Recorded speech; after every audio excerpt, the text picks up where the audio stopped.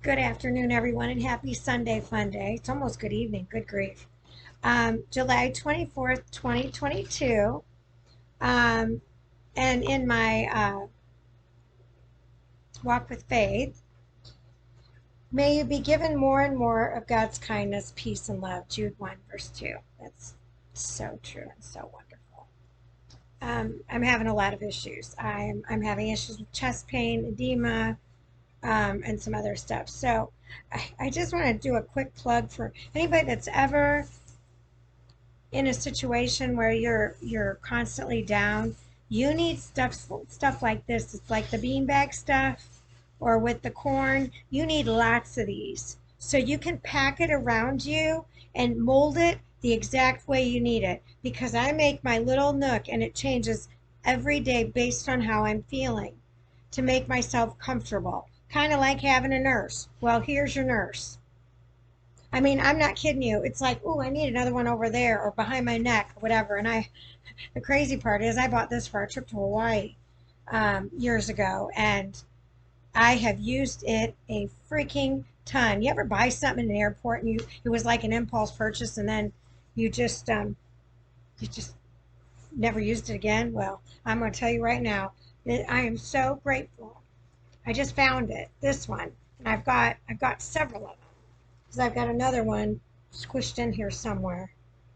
I'm not pulling it out because it's like it's the right it's exactly where it needs to be. I don't need to move it anymore. So today's another bonus day. Today's a gift. Come on, Hannah Grace, you want to come up? Come on, baby. Come on, sweetheart. Come on. You can come up. I was missing a few pages to my Bible.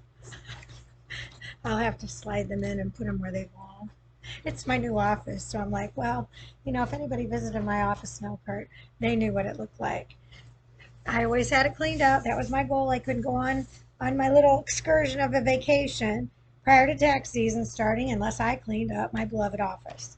And it was a job. It took me at least 8 hours to do it usually. So in 365 gifts, we're at number 205, and it's entitled Modesty. I appeal to you, therefore, brothers, by the mercies of God, to present your bodies as a living sacrifice, holy and acceptable to God, which is your spiritual worship. Romans 12, verse 1. Perhaps it's hard to imagine modesty as a gift, but it is. It's the little extra oomph that says, I'm taking my purity seriously. Amen. I'm not trying. Ooh, that's weird. I just saw.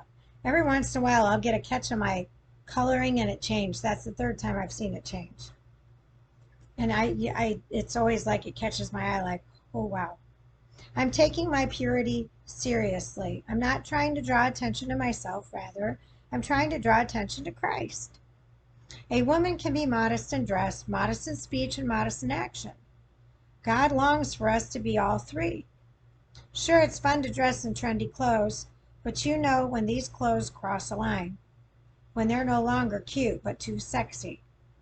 You know where to draw the line because you want to honor God in all you do. Amen. You also know that the world needs the gift of modesty, so guys can stay pure too. So go on, choose the right clothes, speak the right words, live the right life. Your modesty will be a gift, an example to others you meet along the way. Father, thank you for the reminder that modesty is a gift.